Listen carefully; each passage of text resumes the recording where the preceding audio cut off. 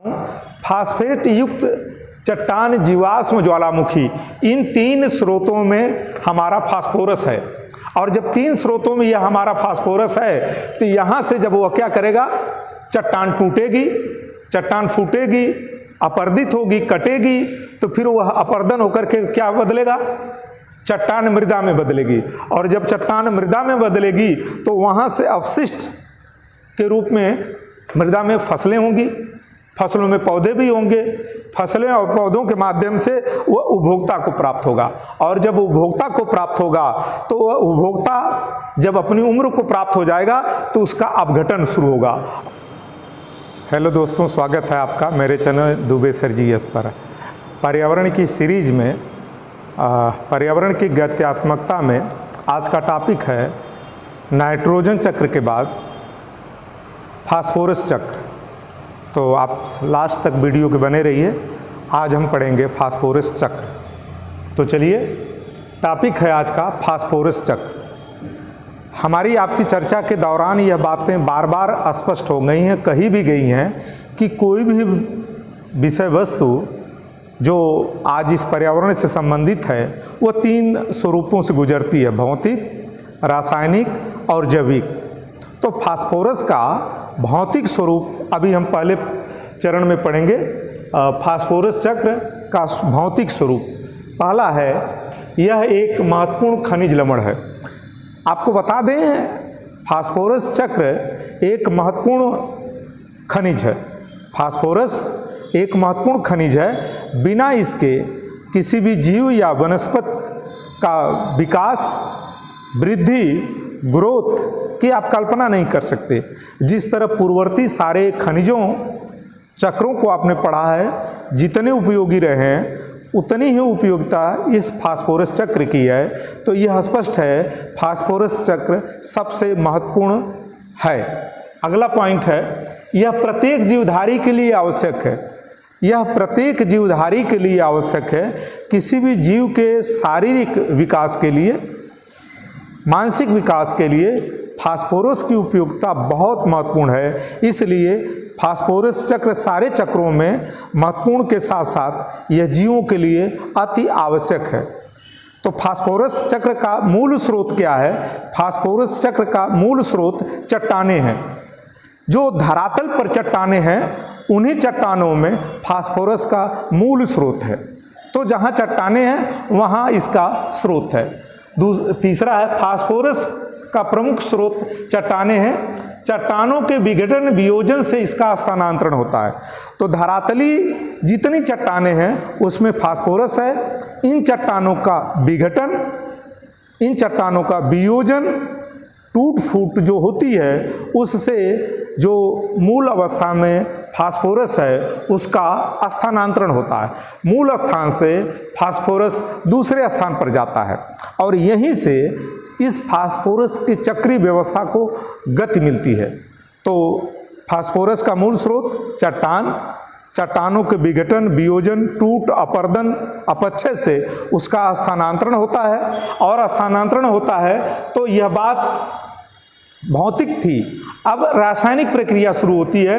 तो फास्फोरस का भौतिक स्वरूप प्रथम चरण था, अब द्वितीय चरण रासायनिक स्वरूप है। तो फास्फोरस का रासायनिक स्वरूप में पहले क्या होता है कि पौधे जल की सहायता से ग्रहण करके यौगिक बनाते हैं। जो मृदा में, जो जल में फास्फोरस है, वह फास्फोरस कहाँ से आया? चट्टानों के टूटने से, चट्टानों के विघटन से, चट्टानों के वियोजन से। तो जो चट्टानें टूटी फूटी, अपक्षय हुआ, विघटन वियोजन हुआ, वह मृदा में कन्वर्ट हो गई।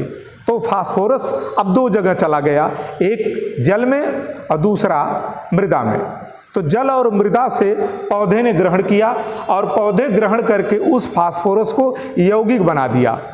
जब फास्फोरस यौगिक में कन्वर्ट हो गया, अब उसको एक कदम और आगे गति मिल गई, जिससे अपने अन्य अंगों का पौधे क्या करते हैं? विकास करते हैं।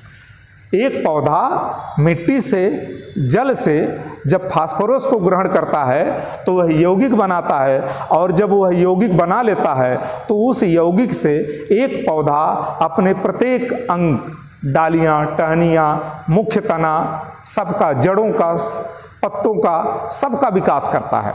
और यह विकास की प्रक्रिया फास्फोरस के इस तरह उसके पास पहुंचने से प्रारंभ होती है। पौधों में पहुंचने से पूर्व यह भौतिक रासायनिक प्रक्रिया कर फास्फेट में बदलता है।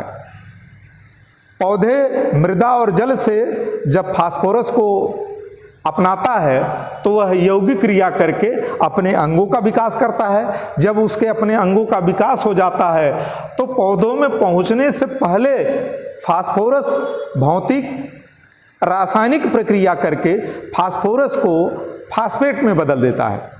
जब वह फास्फेट में बदलेगा तो यहाँ से एक और गति मिल गई। पौधों में पहुंचने से पूर्व भौतिक रासायनिक प्रक्रिया करके फास्फोरस को फास्फेट में बदलता है। तो जब फास्फेट में बदलता है तो इसे पौधे ग्रहण कर लेते हैं। यह पूर्व की घटना है। जब फास्फेट में बदल जाएगा फास्फोरस तो पौधे ग्रहण कर लेंगे, और जब पौधे ग्रहण कर लेंगे तो फिर अगला पोर्शन शुरू होता है। पौधे से, अब पौधे में आ गया फास्फेट, उसका मूल स्रोत क्या है? फास्फोरस। फास्फोरस से फास्फेट बना, फास्फेट से वह पौधे लिया, पौधे से फिर क्या हुआ? शाकाहारी लिए, और शाकाहारी से मांसाहारी लिए। तो इस तरह फास्फोरस फास्फेट की यात्रा करते हुए पौधे में, पौधे से शाकाहारी में, शाकाहारी से मांसाहारी में आया, और जब यह मांसाहारी में आया तो फिर अगली बारी है पौधे से जीव के नष्ट होने पर यह जैविक फास्फेट में बदलता है।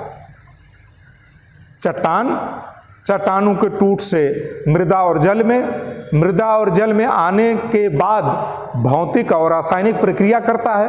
भौतिक रासायनिक प्रक्रिया करके फास्फोरस फास्फेट में बदलता है। जब फास्फेट में बदलेगा तो पौधे ग्रहण करेंगे, पौधे ग्रहण करेंगे तो उस पौधे से फास्फेट शाकाहारी में जाएगा। फल फूल कंद मूल खाद्य भोज्य पदार्थ ग्रहण करेगा शाकाहारी, तो पौधे से शाकाहारी में आया, शाकाहारी से मांसाहारी में गया। और जब यह मांसाहारी में गया तो मांसाहारी में जाने के बाद कुछ पौधे भी नष्ट होंगे, कुछ जीव भी नष्ट होंगे, जीव दोनों नष्ट होंगे, शाकाहारी भी नष्ट होगा, मांसाहारी भी नष्ट होगा, पौधे भी नष्ट होंगे। तो यह तीन स्रोत में जो फास्फेट के रूप में फास्फोरस पड़ा है, पौधे शाकाहारी और मांसाहारी, ये नष्ट होंगे।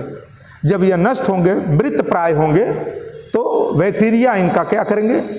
विघटन करेंगे, और यह विघटन करने के बाद फिर सड़ गल करके मिट्टी में मिल जाएगा।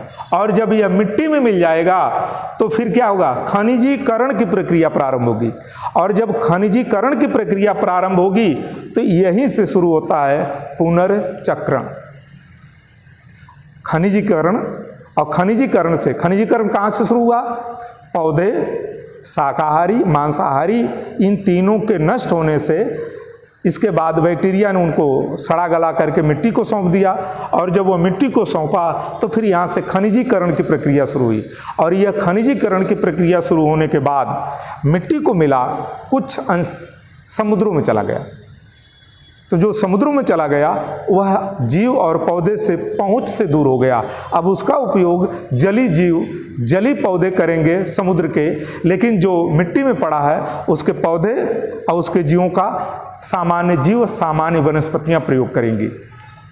अब आपको मैं एक चक्र के माध्यम से बता रहा हूं।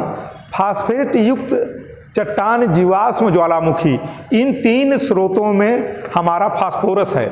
और जब तीन स्रोतों में यह हमारा फास्फोरस है तो यहां से जब वह क्या करेगा? चट्टान टूटेगी, चट्टान फूटेगी, अपर्दित होगी, कटेगी, तो फिर वह अपर्दन होकर के क्या बदलेगा? चट्टान मृदा में बदलेगी। और जब चट्टान मृदा में बदलेगी तो वहाँ से अवशिष्ट के रूप में मृदा में फसलें होंगी, फसलों में पौधे भी होंगे, फसलें और पौधों के माध्यम से वह उपभोक्ता को प्राप्त होगा। और जब उपभोक्ता को प्राप्त होगा तो वह उपभोक्ता जब अपनी उम्र को प्राप्त हो जाएगा तो उसका अपघटन शुरू होगा, और यह अपघटन शुरू होगा तो फिर मिट्टी में मिल जाएगा, और इधर एक ब्रांच उसकी चली जाएगी पौधे के पास। तो वह उपभोक्ता से पौधे में, और पौधे के बाद यह पौधा भी नष्ट हो जाएगा।